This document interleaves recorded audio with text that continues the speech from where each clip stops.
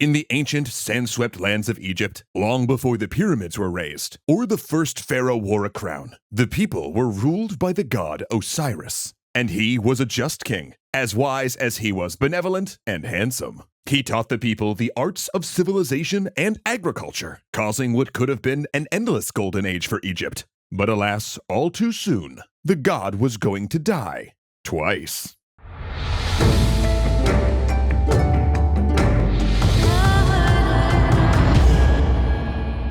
This episode is brought to you by you, our awesome patrons over on Patreon. Seriously, this episode would not exist without your generous support, so thank you very much. Osiris wasn't just good at ruling, he was born for it. His father was Geb, god of the earth, and his mother was Nut, goddess of the sky. Yeah, his family tree was pretty impressive. It stretched all the way back to Ra, the god of the sun, king of all deities. Although really it was more of a family bush, because a lot of these gods got married to their siblings, but you get my drift.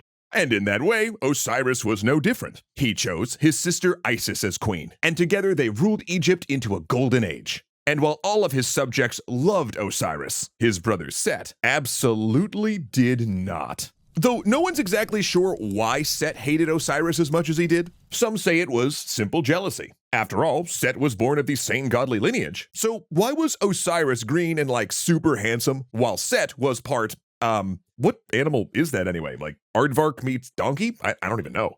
Another theory suggests that when Nephthys, Set's sister wife, gave birth to the jackal-headed god Anubis, Set accused Osiris, yeah, you know, the green-skinned guy this kid looked nothing like, of an affair. But the most cryptic and honestly silliest version of this story comes to us from spells written on pyramid walls that argue that Set's hatred began simply after Osiris gave his brother a big ol' kick. But really, no matter the reason, the important thing to know here is Set was coming for Osiris. One day, Set, disguised as a bull, rammed Osiris into the Nile. Ha ha! Got him! Unfortunately, though, the king was unharmed and easily returned to shore. But undeterred, next Set disguised himself as a crocodile and waited by the river. Then when Osiris got too close, Set struck and dragged the king far into the water. And though he held the king there 4 hours, as soon as Set released his jaws, the king again effortlessly returned to the shore unharmed. Okay, it was clear by this point that Set needed a better plan. So that night, he snuck into Osiris's bedchamber, found the sleeping king, leaned over him, and took his measurements. Then with those, he had a chest made to the exact shape of Osiris and had it inlaid with gems and jewels and fastened a pure gold lid to it. Then, to complete his nefarious scheme, Set threw a grand party where he announced a game. Whoever could fit perfectly into the bejeweled chest could keep it! Greed in their eyes, all of the guests tried and failed to fit into the oddly shaped box, until at last, it was Osiris's turn. Of course, he fit perfectly. Dude's kinda perfect at everything. But before anyone even had time to cheer, Set snapped the golden lid shut and hurled the coffin into the one place he could think of. The Nile once again! Kind of a one-track mind, this guy. In what can only be described as the worst log ride in history, the river swept up the coffin and brought it to the nearby city of Byblos. But by the time it came to rest there, it was too late. Battered in the waters and suffocated under the golden lid, the god's strength ran out. And on the shores of Byblos, Osiris died. But this wasn't the end. In the place where the god lay, a heather sapling began to sprout. Enriched by divine essence, the tree then flowered and grew at an awesome speed, so by the very next morning, it towered above its neighbors. Then the extraordinary tree attracted the king of Byblos, who decided it should be the center column supporting the roof of a new palace. But unbeknownst to him, the gilded coffin rested inside. Now, before long, disjointed rumors of castles and quick-growing trees reached Queen Isis, so she went to investigate. When she arrived, it didn't take long to discover that something was strange about the pillar. Then, revealing herself as a goddess, she then asked for the majestic pillar holding up the roof. And since really there's no denying a goddess, the request was quickly granted.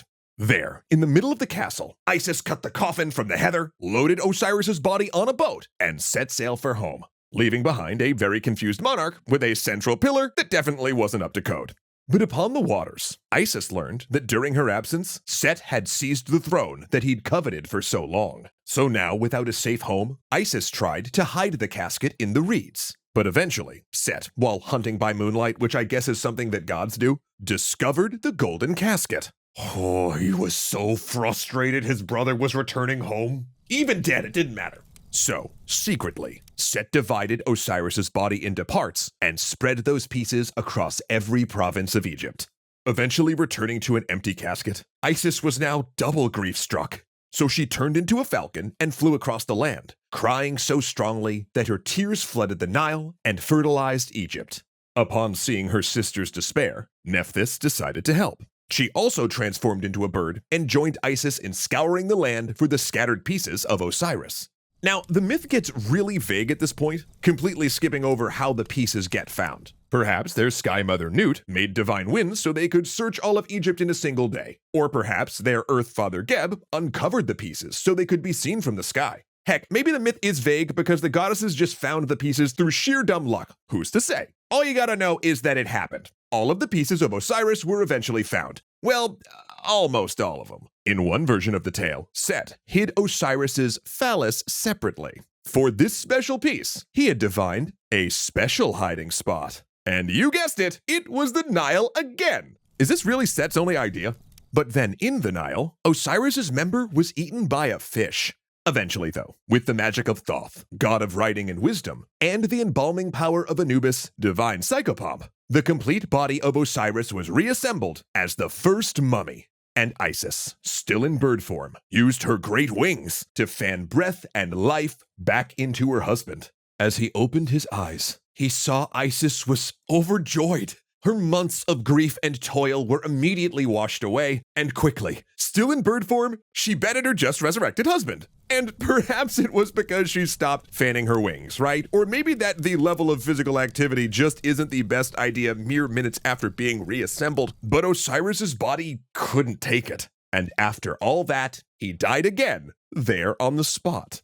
This time, however, now mummified, Osiris traveled to the Egyptian underworld, Duat. Now it's here that his story ends for the most part. His body, now twice put to earth, made Osiris one with the land. His death and resurrection became intrinsically tied to the flooding of the Nile and plants blooming, and from his cycle of rebirth, Osiris became more than a mere god-king. Osiris was now the eternal life-bringer of all of Egypt. And such an important god couldn't just disappear, right? So although he could not return to the mortal world, in Duat, Osiris made a home. Then, eventually, again the texts are really vague here as well, Osiris became the judge and lord of the dead, who would meet everyone from kings to commoners when death finally took them. And while Isis could not keep Osiris alive, her trials were most certainly not in vain, for the Lifebringer left her one last gift in a form of their new son, Horus. As for Set, he kept the throne, for a time. Because as Horus came of age, with a kingly birthright and a sweet bird's head, that boy was out for revenge. But of course, that is a tale for another time. Though if you would be interested in helping us tell more tales like that one around our animated campfire, then I might just have the perfect pitch for you. Because did you know that Extra Mythology actually started out as a stretch goal for us over on Patreon? Yeah, it was that ongoing support which allowed us to create shows like So You Haven't Read, and what made it financially possible for us to bring Extra Mythology back into production. AKA, without our patrons, these shows like the one you just watched simply wouldn't exist. So if you'd like to join our Patreon community, not only will you be helping us create the content that you love, but you'll also have access to a ton of cool perks, like having your name in the credits. Ooh, or having your name in the credits next to a custom bean art portrait of your face, or viewing all of our shows 24 hours early, or an invitation to our official Discord to chat it up, or exclusive 4K wallpapers and never-before-seen digital posters, or 20% off our merch store where you can and should totally snag this sweet Zoe shirt, and a lot more. Wait, that last part got away from me, but you get where I'm going with this, right? So whether you'd like to join an awesome community, help forge the future of Extra history, see your name on the little screen, or just want to make sure we can keep creating all our shows, please consider becoming a patron via the link below. We would very much appreciate it. Plus, if you do, you'll be joining the splendiferous ranks of Ahmed Ziad, Turk, Angelo Valenciana, Arcolite Games, Casey Muscha, Dominic Valenciana, Izzy Coin, Joseph Blame, Guya Koi, and Skylar Holmes. Thanks for being legendary patrons, y'all.